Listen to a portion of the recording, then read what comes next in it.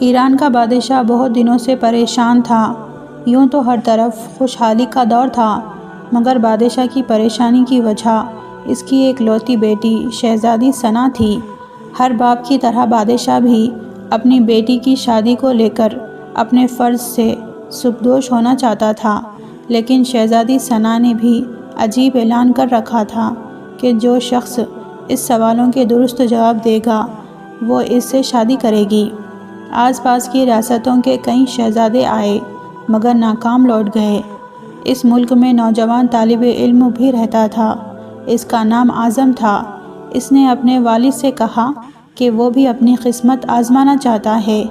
اعظم کے والد استاد تھے اور کئی برسوں سے لوگوں میں علم کی روشنی بانٹ رہے تھے۔ ملک فارس کا وزیر اعظم، بڑے بڑے درباری اور شہر کے قاضی بھی ان کے شاگرد تھے۔ باپ نے بیٹے کی خواہش دیکھی تو بولے، بیٹا اگر تو ناکام لوٹا تو میرا کچھ نہیں جائے گا۔ لوگ کیا کہیں گے کہ ایک استاد کا بیٹا ناکام ہو گیا۔ اعظم اپنے باپ سے کہنے لگا، بابا بڑے بڑے شہزادے لوٹ گئے، اگر میں بھی ناکام ہو گیا تو کیا ہوا؟ یہ تو مقابلہ ہے، جو بھی جیت لے، اور شاید وہ خوش نصیب میں ہی ہوں۔ آخر باپ کو بیٹے کی ضد ماننی پڑی۔ اعظم خوشی خوشی محل کی طرف چل پڑا۔ شہر بھر میں یہ خبر جنگل کی آگ کی طرح پھیل گئی کہ ایک عالم کا بیٹا قسمت آزمانے محل میں چلا آیا ہے۔ مقررہ وقت پر محل لوگوں سے کچا کچ بھرا ہوا تھا۔ بادشاہ تخت پر بیٹھا تھا، ملکہ عالیہ بھی محل میں موجود تھی۔ وزیر، امیر، درباری اور عوام الناس سب دربار میں موجود تھے۔ آخر شہزادی نے اپنا پہلا سوال کر ڈالا۔ اس نے شہادت کی انگلی فضا میں بلند کی۔ اعظم نے کچھ دیر سوچا اور پھر شہادت والی انگلی کے ساتھ والی انگلی بھی فضا میں بلند کر دی۔ یہ دیکھ کر شہزادی مسکرائی اور ملکہ عالیہ بولی، شاباش اے نوجوان، تم پہلا مرحلہ کامیابی سے طے کر گئے ہو۔ دوسرے سوال کے لیے شہزادی کرسی سے اٹھی اور ہاتھ میں تلوار لے کر ہوا میں چلانے لگی۔ کچھ دیر بعد وہ دوبارہ اپنی نشست پر آ کر بیٹھ گئی۔ بادشاہ سمت ہر درباری کی نظر اعظم پر تھی۔ اعظم کھڑا ہوا اور اپنی جیب سے قلم نکال کر فضا میں بلند کر دیا۔ شاباش اے نوجوان، ہم خوش ہوئے، یہ جواب بھی درست ہے۔ ملکہ عالیہ کی آواز دربار میں ابھری۔ اسی کے ساتھ دربار مبارک ہو کی آواز سے گونج اٹھا۔ دو سوالات کیا تھے، ان کے جواب کیا تھے؟ اب ہر شخص اس پر غور کر رہا تھا کہ شہزادی نے کیا سوال پوچھا اور اعظم نے کیا جواب دیا۔ لوگوں کے لیے یہ ایک راز تھا۔ آخر شہزادی نے تیسرا سوال کر ڈالا۔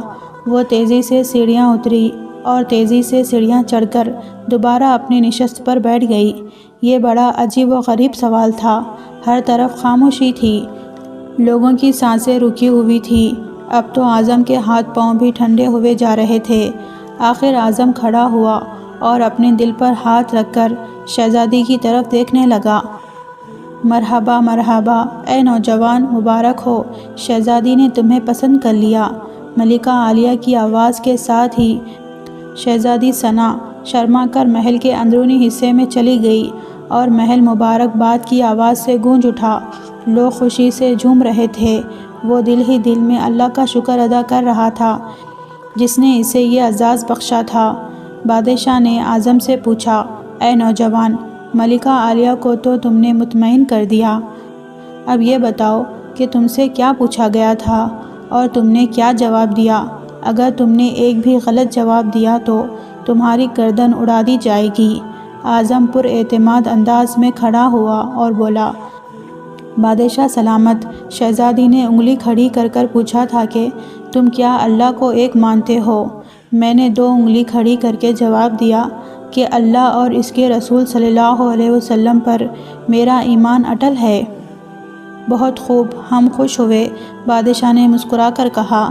اعظم بولا، اس کے بعد شہزادی نے تلوار چلا کر پوچھا تھا کہ اس سے بڑا کوئی ہتھیار ہے؟ میں نے جواب دیا کہ ہاں، قلم کا وار تلوار کے وار سے زیادہ کارکرد ہوتا ہے۔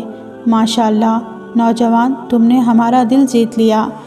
تم نے یہ ثابت کر دیا کہ جاہ و جلال، دولت و حشمت کی علم کے سامنے کوئی حیثیت نہیں۔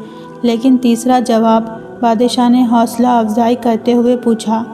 اعظم نے آسمان کی طرف دیکھا اور کہنے لگا، بادشاہ، شہزادی دربار کی سیڑھیاں اتری اور چڑھی، کرسی پر تھک کر بیٹھ گئی۔ انہوں نے پوچھا تھا کہ میں تھک چکی ہوں، لیکن میرے جسم کی ایک چیز نہیں تھکی تھی۔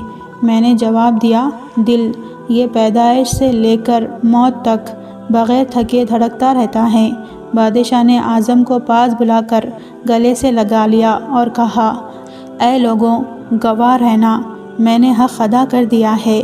میری بیٹی ایسے شخص کی بیوی بن رہی ہے جس کے پاس علم کی دولت ہے، جسے کوئی نہیں چرا سکتا اور نہ کم کر سکتا ہے۔